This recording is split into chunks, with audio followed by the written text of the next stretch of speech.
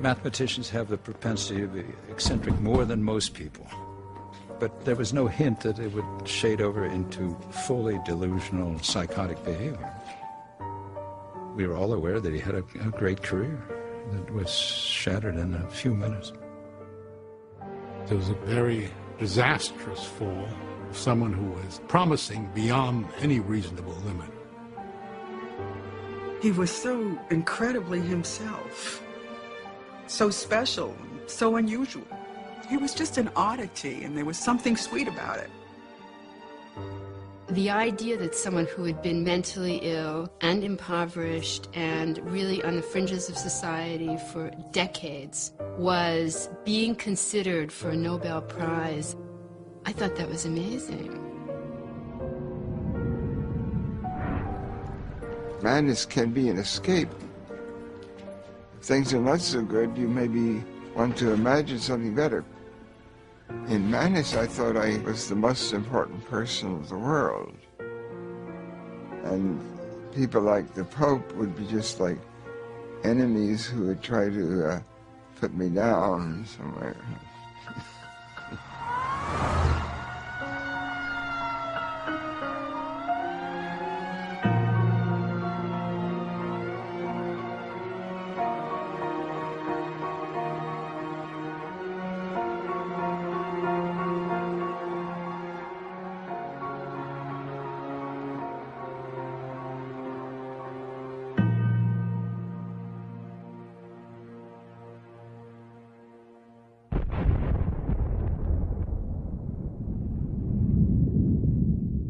In September 1949, the world learned that the Soviet Union had joined the United States as a nuclear power.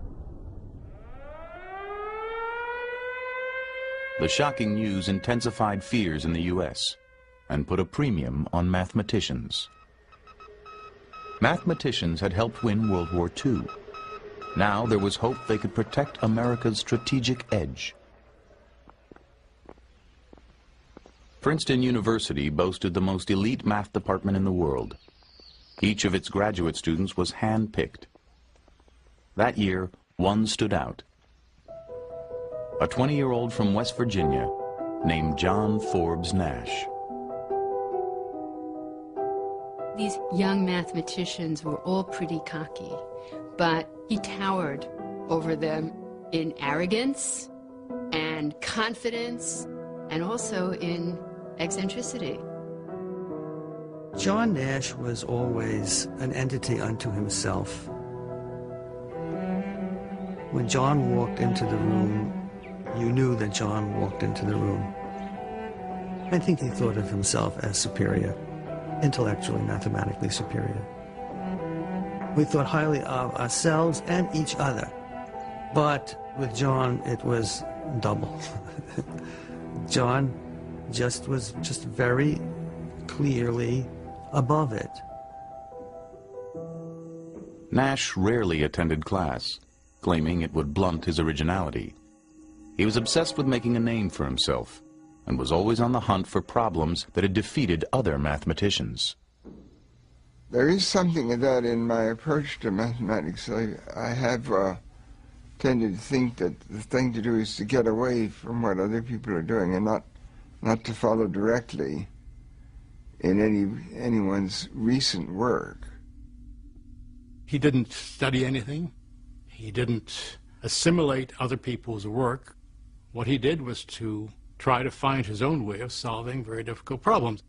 And he thought he had the talent to fulfill these ambitions of being the world's greatest mathematician.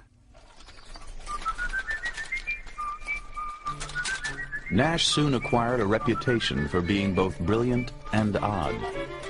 In the quadrangle, he rode a bicycle in figure eights, over and over, and paced the hallways obsessively whistling Bach's Little Fugue. Fine Hall is where the mathematicians met. I went there, and I looked around. I knew a number of the people, but I didn't know them all. And I thought, this is the strangest group of people in the world. Not only was Nash not an exception to that, but I think he was quite far off the chart. He obviously irritated some people by what I think they regarded as extremely eccentric behavior. He was certainly not a conformist to anyone's standard.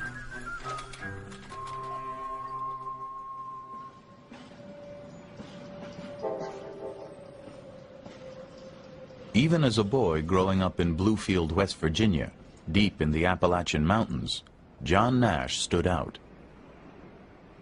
I was in grade school and I would be doing arithmetic. I found myself working with larger numbers than other students would be using. I would have several digits and they would have maybe 2 or 3 digits. One time, one of the teachers said he couldn't do the math. This is like 4th grade. And my mother laughed because it was obviously the point was he was doing it differently. I think my parents always knew that John was bright. His father, John Sr., was an electrical engineer.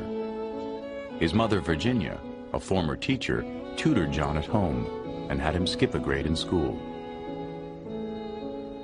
One time someone suggested that I was a prodigy. Another time it was suggested that I should be called Bug Brains because I had ideas that were sort of buggy or not perfectly sound. He took his share of abuse from certain groups, the brain working a little bit faster than anybody else's, so everybody else felt like they had to ridicule it a little bit. His senior year in high school, John won a Westinghouse scholarship, one of only 10 awarded nationally. 3 years later, he graduated from Carnegie Institute of Technology with a master's degree in math. His advisor wrote him a 1-sentence recommendation. This man is a genius.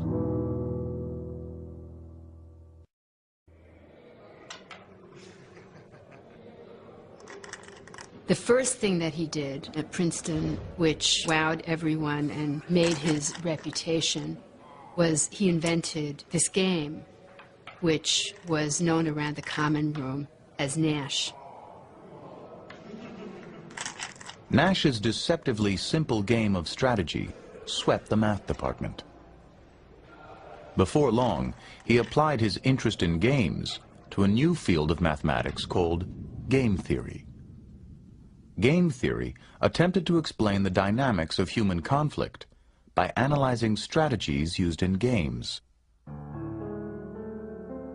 Nash was interested in everything in mathematics, but what he was really interested in were the big problems.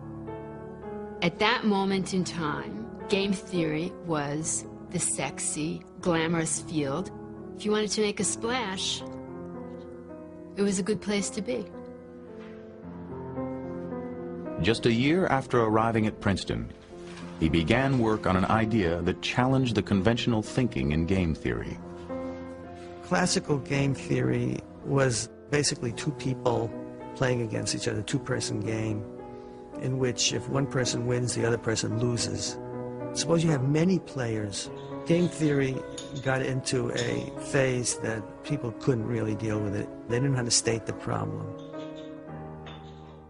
If we could make a theoretical model that would answer questions of why do you bluff in poker? Why would you bet when you have a low hand?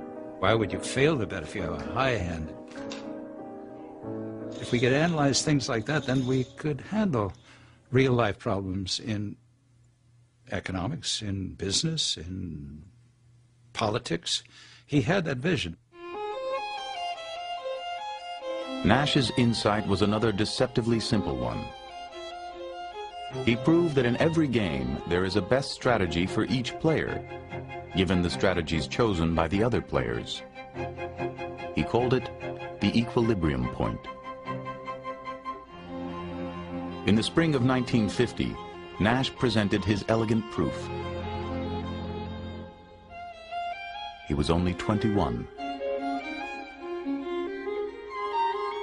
Years later, what became known as the Nash equilibrium would revolutionize economics.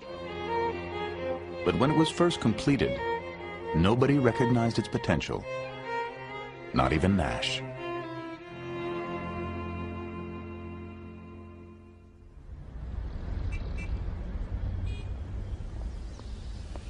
After receiving his Ph.D., Nash moved to Boston and joined the faculty of MIT.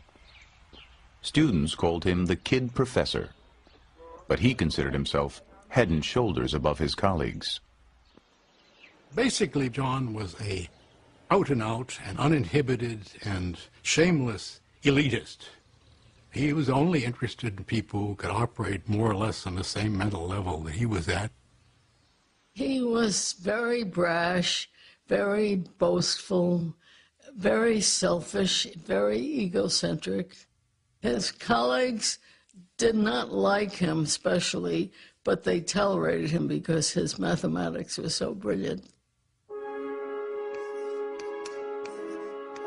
I was thinking about a problem, trying to get somewhere with it, and I couldn't, and I couldn't, and I couldn't.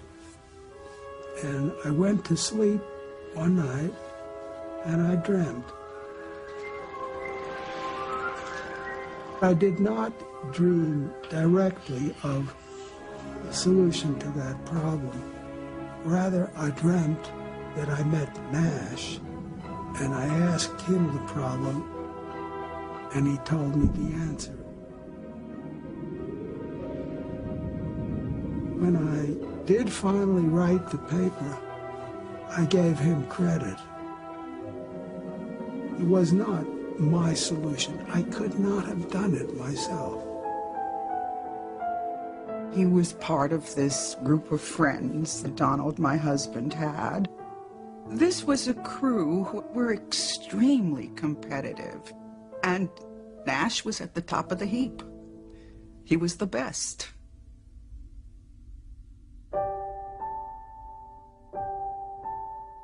The following year, Nash began his first serious relationship.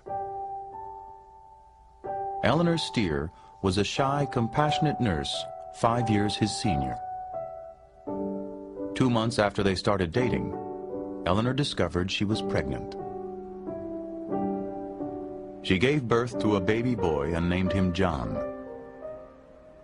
Nash refused to pay for the delivery, wouldn't even add his name to the birth certificate. Unable to support her son on her own, Eleanor was forced to place him in foster care for much of his childhood. She was pretty hurt. She was very hurt. I think she was quite fond of my father. And things didn't happen the way she expected them to. The couple drifted apart. Nash kept the affair a secret. His parents and colleagues didn't even know he had a son.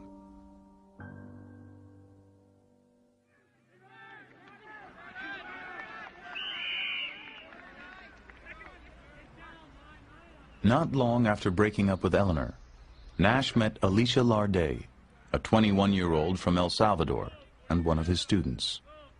A physics major, she was one of only 16 women in a class of 800 at MIT. She was an extremely attractive girl and not American, and I somehow think that that was significant, that she was not your ordinary college girl, that she had also come from a very different place. At the time, he was a little bit like the fair-haired boy of the math department. He was, I think, considered very young for his position, and he was very nice looking, you know. When she was younger, she wanted to be another Madame Curie. John's ambition was one of the things that attracted Alicia to him. She had that desire, and she transferred it to him.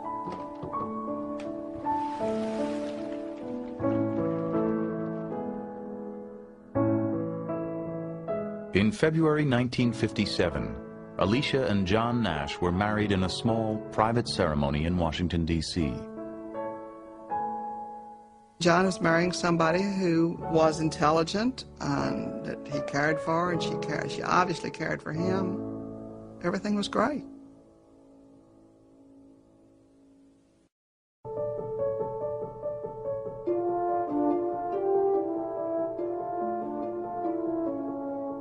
Since arriving at MIT, Nash had solved a series of imposing problems in mathematics, ranging from algebraic geometry to partial differential equations.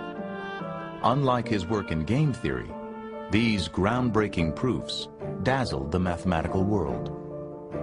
We would all be climbing the mountain being mathematical perfection. He had a different approach.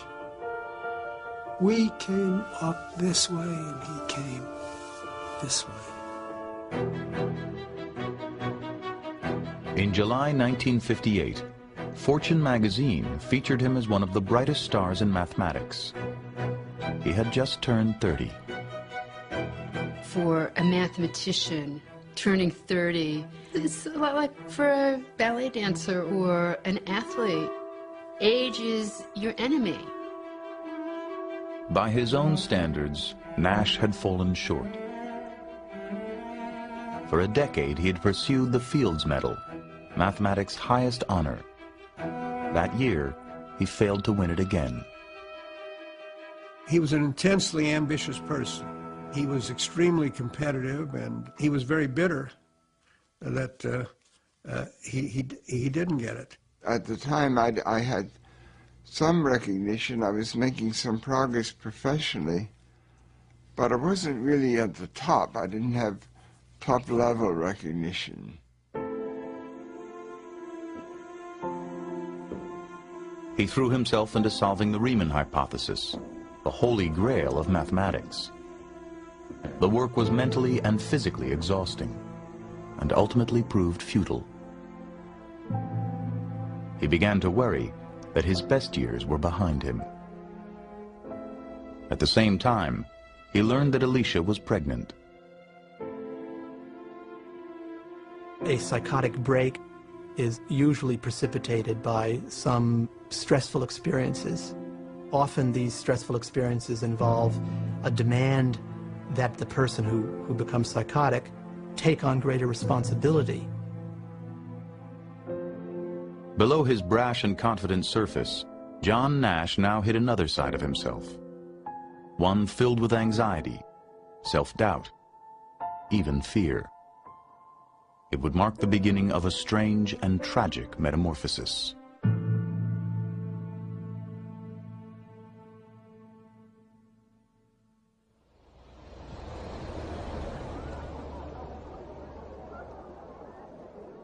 On New Year's Eve 1958, the Nashes attended a costume party at the home of a colleague.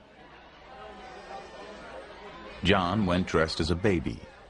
He wore a diaper and spent much of the night curled up in Alicia's lap. Even to those used to his eccentricities, it was a disturbing scene.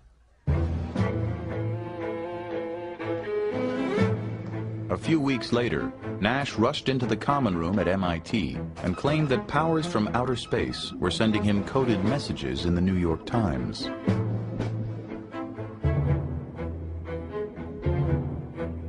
Another incident soon followed. He interrupted a lecture to announce that he was on the cover of Life magazine, disguised as Pope John XXIII. He knew this, he said, because 23 was his favorite prime number.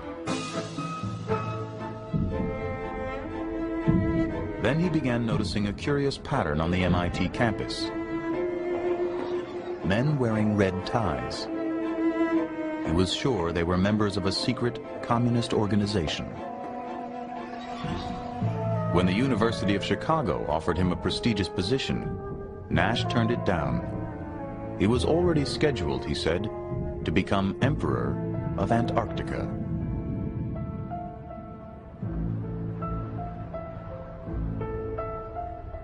John talked about the people from outer space who were destroying his career and the international organizations that were attacking him.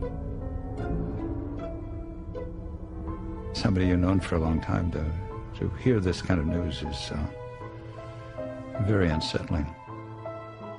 Really, his personality seemed to change in a period of a week or so. It was very fast. I mean, you're seeing a mind disintegrate in front of you. I felt shocked The math department chairman thought Nash was having a nervous breakdown and relieved him of his teaching duties in February. Still, Nash continued to unravel. One night, he painted black spots all over the bedroom wall. Alicia tried to handle it herself, but at a certain point, it overwhelmed her. And when she turned to a psychiatrist, she was ultimately advised that he should be hospitalized.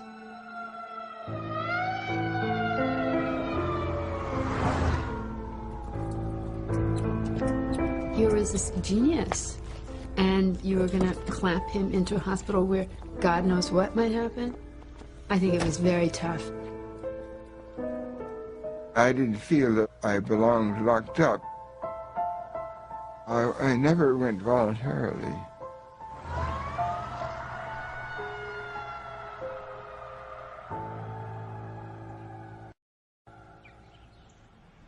Nash was taken to McLean Hospital, a private psychiatric facility outside Boston, known for treating the wealthy and famous.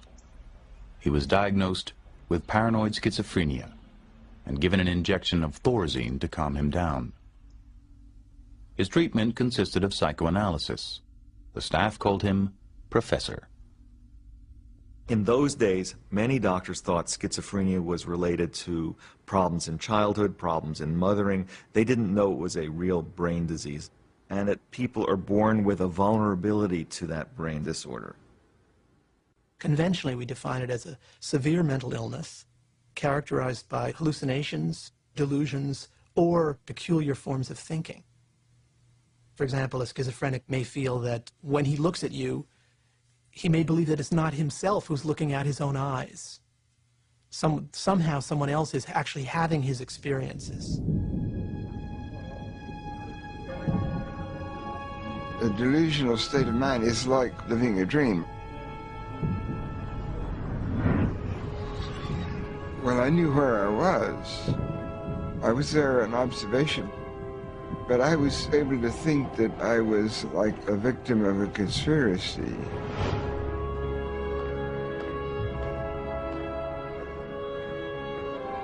The delusions have often a cosmic quality, a feeling of ominousness.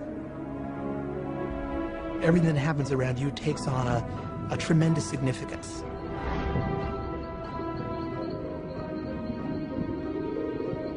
In madness, I saw myself as some sort of a messenger having a special function.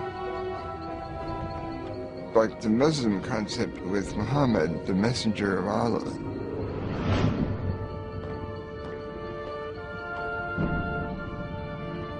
Someone who visited him in the hospital asked him, how could you, a mathematician, someone who's committed to rationality, how could you believe that aliens from outer space were communicating with you? Nash's response was, these ideas came to me the same way my mathematical ideas did, so I believe them.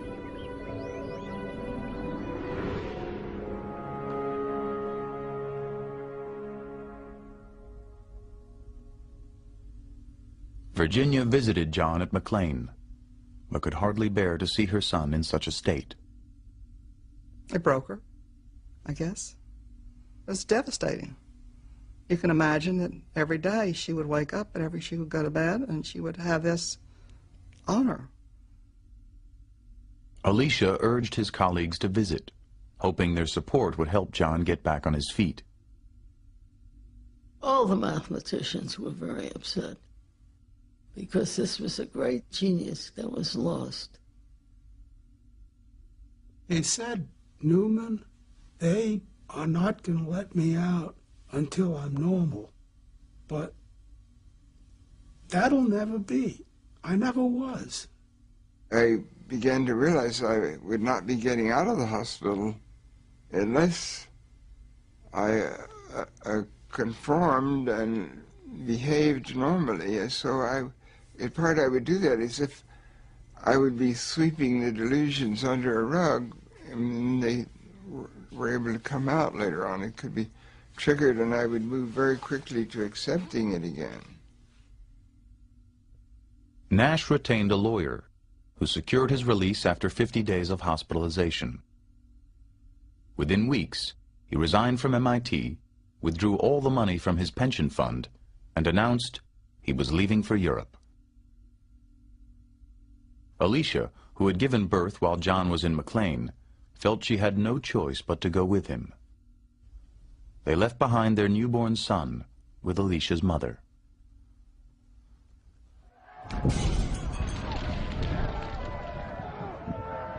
In July 1959, the Nashes arrived in Paris to find the city in turmoil. The streets reverberated with strikes, explosions, and mass demonstrations against the nuclear arms race. A week later, Nash suddenly took off on his own.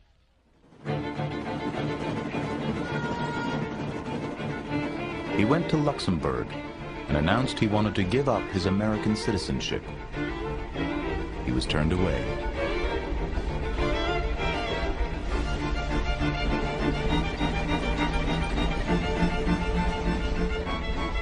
I got to Geneva and I thought of a way of being a refugee. They had a slogan, City of Refuge. I envisioned a hidden world where the communists and the anti-communists were really the same. They were sort of schemers. And I had the idea that some of the people like Eisenhower and the Pope and the powers that be might be unsympathetic to me.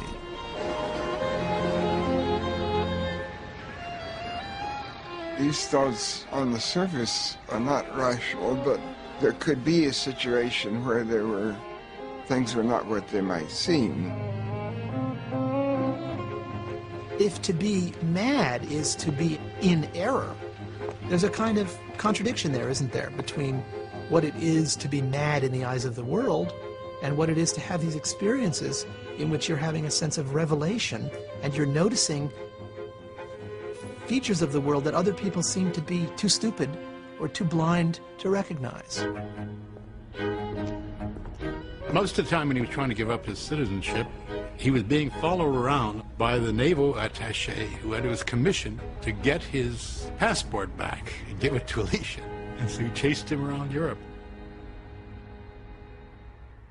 I went to the American embassy in Paris, and I asked for help. I said, I don't know what to do, you know, but I don't want him to get into trouble.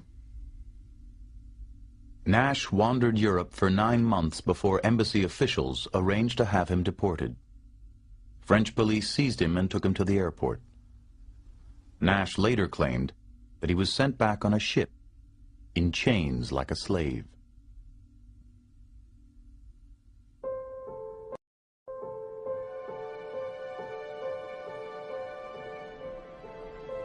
The Nashes moved to Princeton.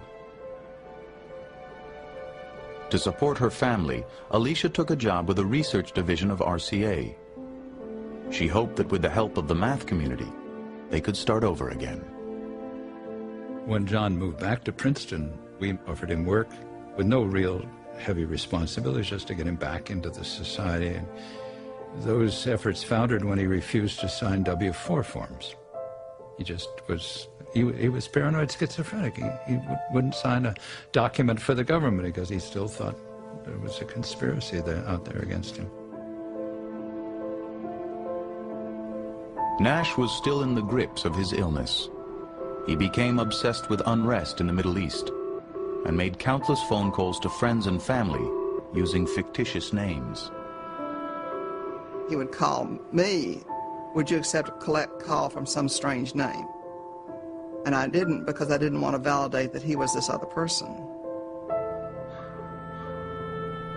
One day he showed up on campus covered with scratches and visibly terrified.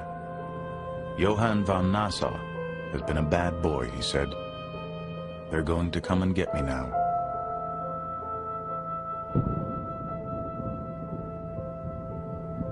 Less than 2 years after his release from McLean, Nash was hospitalized again. Alicia, Virginia, and his sister Martha committed him to Trenton State Hospital, the former New Jersey lunatic asylum. At this point, we didn't know whether this was going to be a very long, very expensive process. And we had been advised that Trenton was a good hospital. McLean Hospital had been kind of a country club. Trenton was a crowded, open ward. When he arrived at Trenton State, Nash was assigned a number and was marked and told to sweep up, and it was a terrible thing. When his colleagues heard where Nash was, many were outraged. Who's going to figure out what is wrong with a genius there, asked one. It is in the national interest, warned another, that everything possible be done to protect Nash's exceptional mind.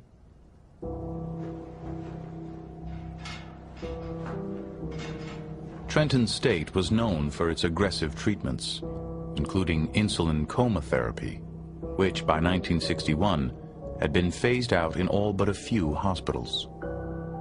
Insulin coma was developed under the mistaken notion that schizophrenia was caused by a metabolic problem, by the way the body regulates glucose. Insulin coma was one of the more popular and unfortunately one of the more notorious treatments in its day.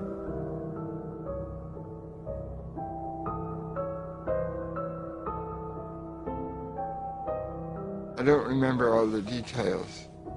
It's the sort of thing that, like if you go under anesthesia, you remember only the process up to the anesthesia.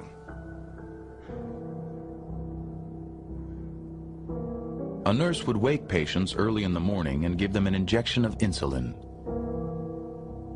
Their blood sugar would drop, and soon they would be comatose. Some patients would suffer spontaneous seizures.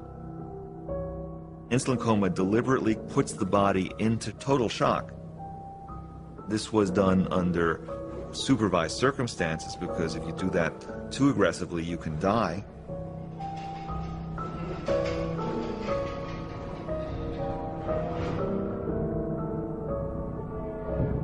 I remember some of the surrounding events.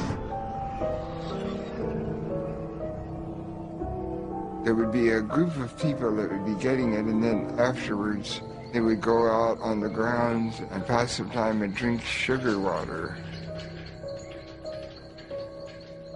I got to thinking of the cruelty to animals.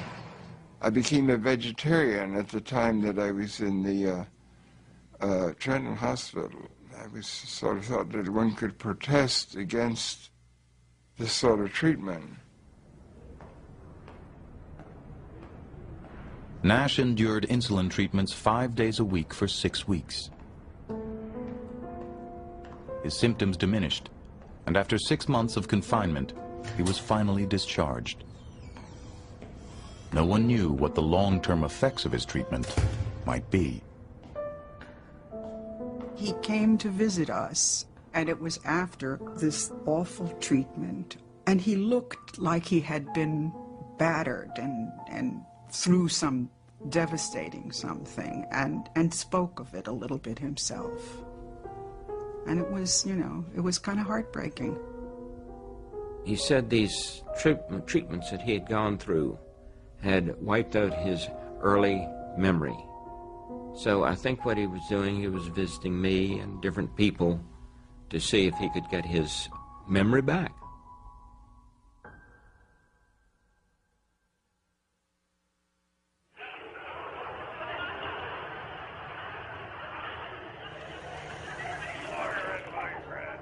In 1961, Nash was 33 and unemployed. Former Princeton colleagues secured him a research position, and he managed to publish a paper on fluid dynamics, his first piece of work in 4 years. He seemed to be better, but inside Nash felt a sense of loss. Rational thought, he wrote, imposes a limit on a person's relation to the cosmos. He later called his remission periods interludes of enforced rationality.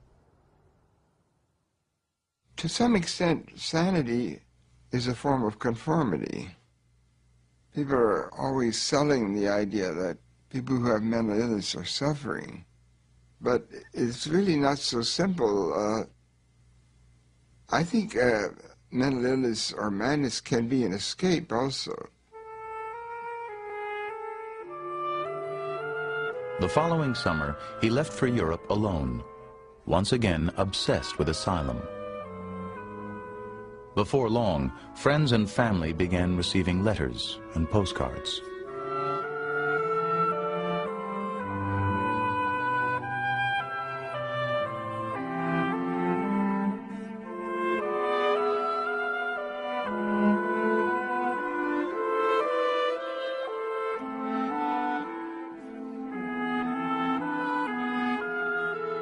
It wasn't the type of letter you would expect to receive from a father. How you doing, or what have you been up to? It was unbelievable how these things were supposed to mean something. They were frightening in a way, the letters. And they made use of all the things that had been in his life. Mathematics was a kind of numerology, and politics mixed with paranoia.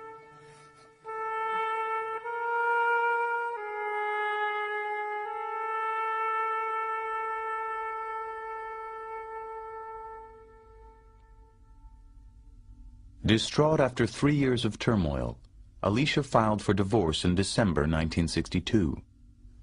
Her complaint charged that Nash resented her for committing him and had deserted her without support.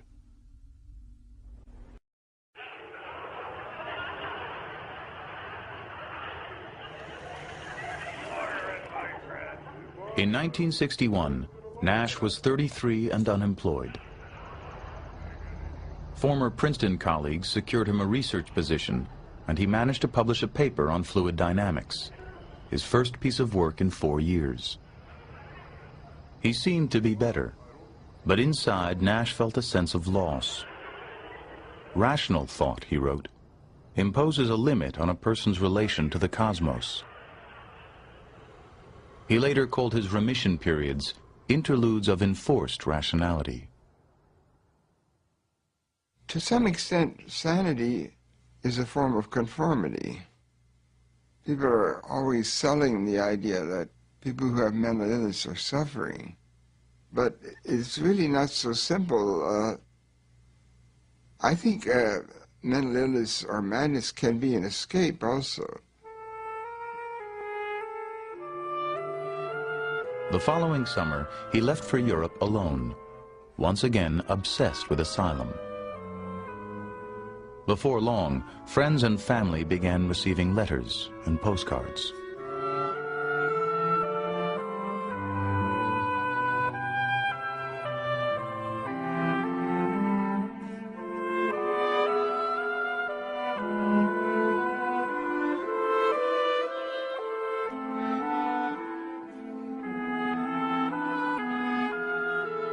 It wasn't the type of letter you would expect to receive from a father. How you doing, or what have you been up to? It was unbelievable how these things were supposed to mean something. They were frightening in a way, the letters. And they made use of all the things that had been in his life. Mathematics was a kind of numerology, and politics mixed with paranoia.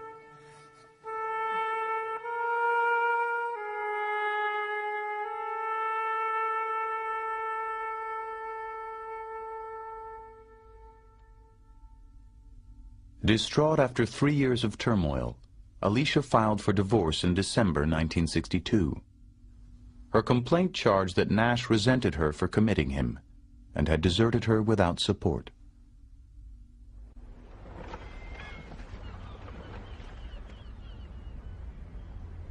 Mathematicians from MIT and Princeton found Nash an academic position in Boston. They got him an apartment and arranged for him to meet weekly with a psychiatrist who prescribed antipsychotic medication.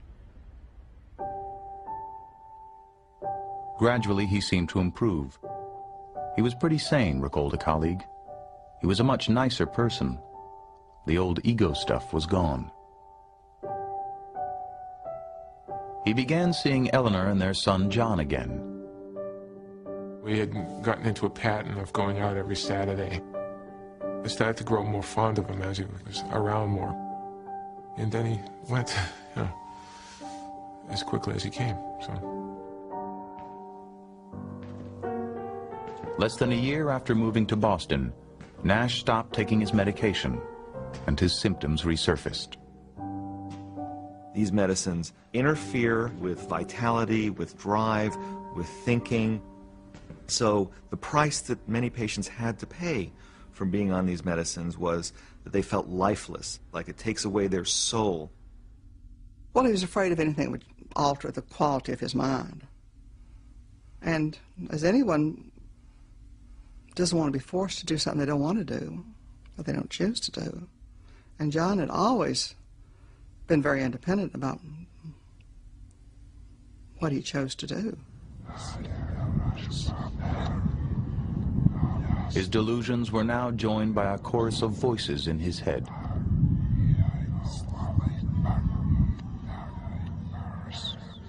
The kinds of hallucinations that are most common in schizophrenia are auditory hallucinations of voices of a certain kind. One kind would be two or more voices which are talking about the ongoing behavior of the patient. So if I were schizophrenic, I might hear, John and Mary saying, okay, so why is Louis doing that now? And then Mary would say to John, oh, he's just a jerk. He always does that kind of thing. They go back and forth, but it's sort of a commentary, often critical, on my ongoing behavior.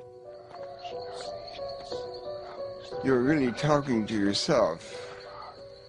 It's what the voices are.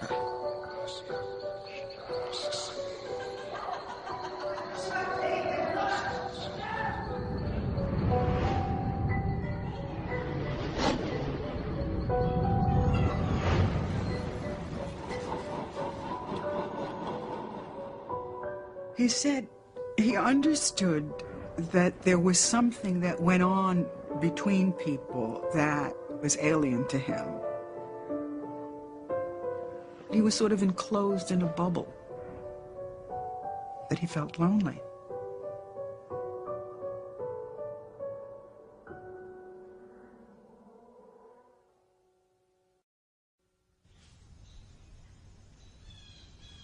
In 1970, Alicia Nash had a change of heart. She felt John's repeated hospitalizations had been a mistake. Alicia decided to let him move back in with her and promised never to commit him again. I didn't think he should just be hospitalized in an institution and left there. And I just felt it was best for him to be on the outside. She took him back not as her husband, but as somebody who needed help and nobody else would have him. Giving him shelter and meals and protection made a tremendous difference in his well-being. If she hadn't taken him in, he would have wound up on the streets. I think that Alicia saved his life.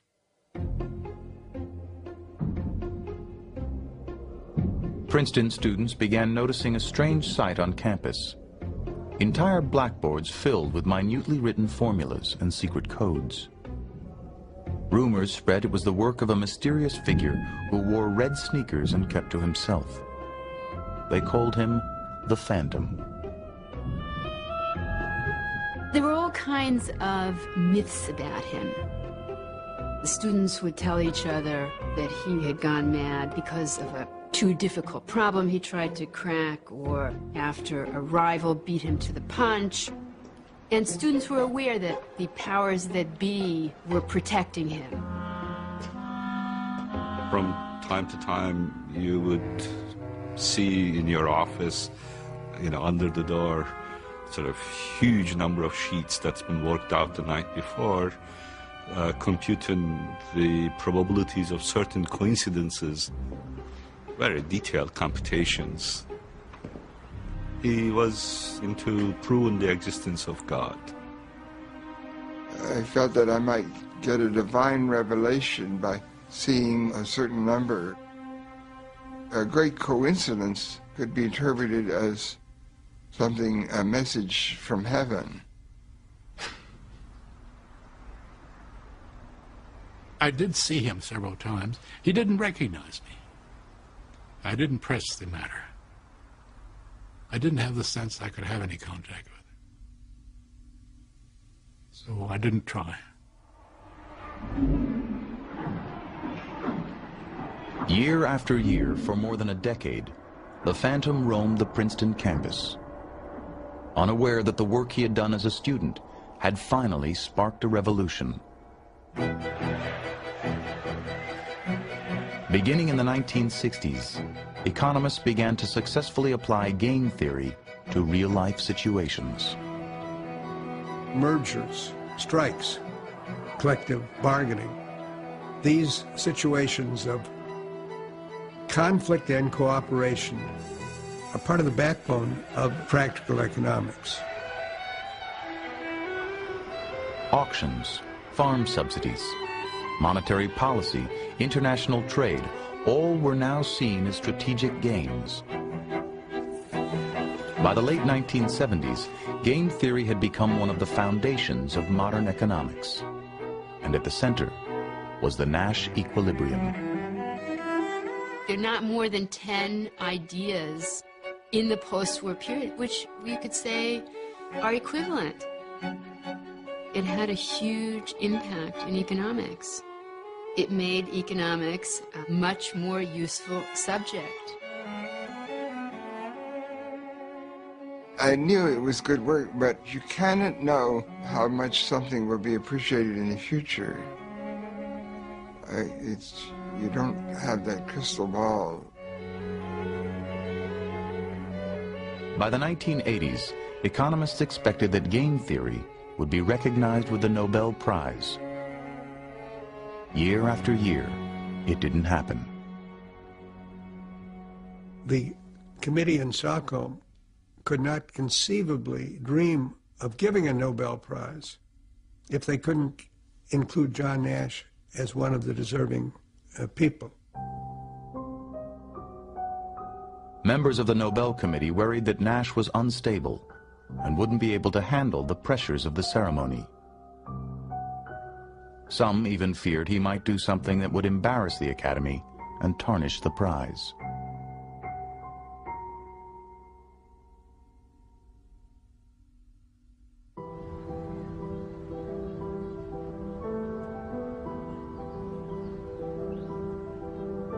Beginning sometime in the 1980s, after 3 decades of struggling with mental illness, John Nash experienced his second transformation.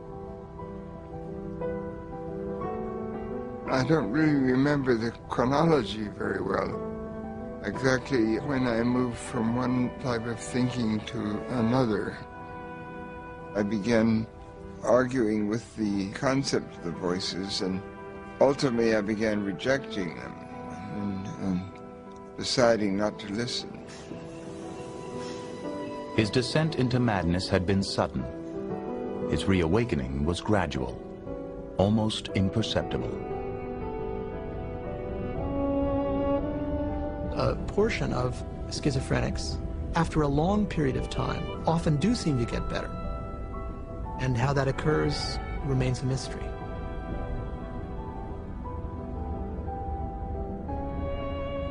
Slowly, he became more engaged and lucid. Word of his remarkable recovery spread.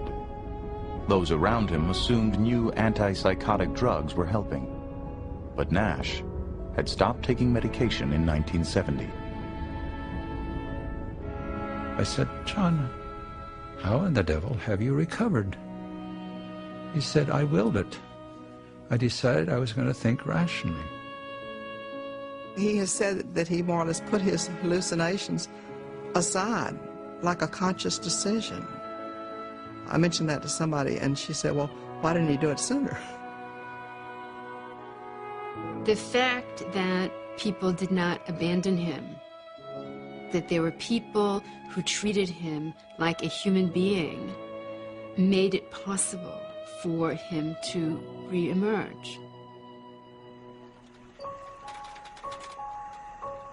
This wonderful thing that happened to John could only happen in this little mathematical community that is very, very tolerant of certain aberrations and also at the same time incredibly admiring of gift or genius. That was what was important about Nash in that world, not that he was ill.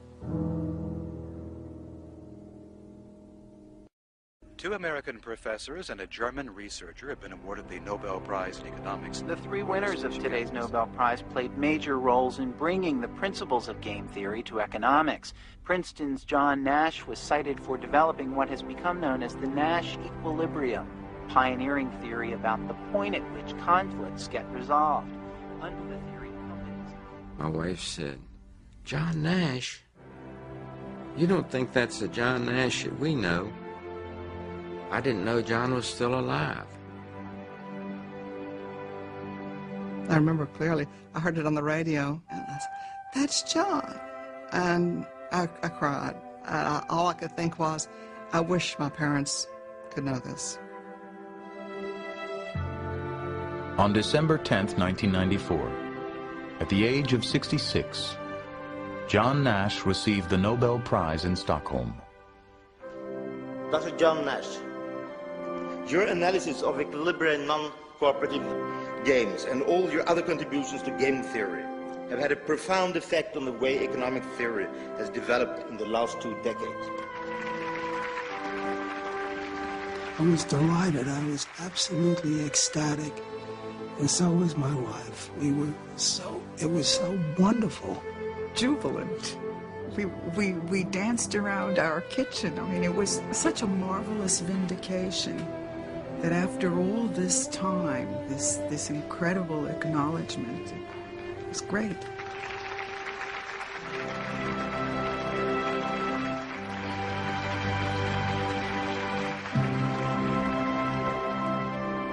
He shined very brightly as a young man. Then he had his illness and is now a very pleasant, accomplished gentleman. It feels right somehow.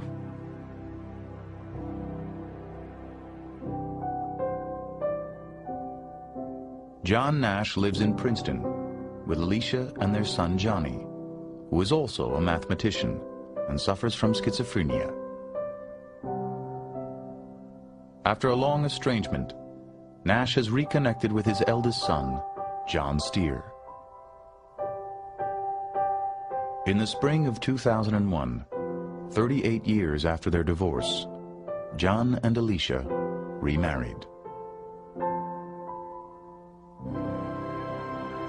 At Princeton, Nash has returned once again to his work in mathematics. I think it teaches us that we have to appreciate the particular talents of people who may be very eccentric and look at things in very peculiar ways. Those are often the people who will really have the most stunning insights. Here was someone who had been lost. I think that's the inspiration, that people can triumph over this disease. I think it's incredibly inspiring.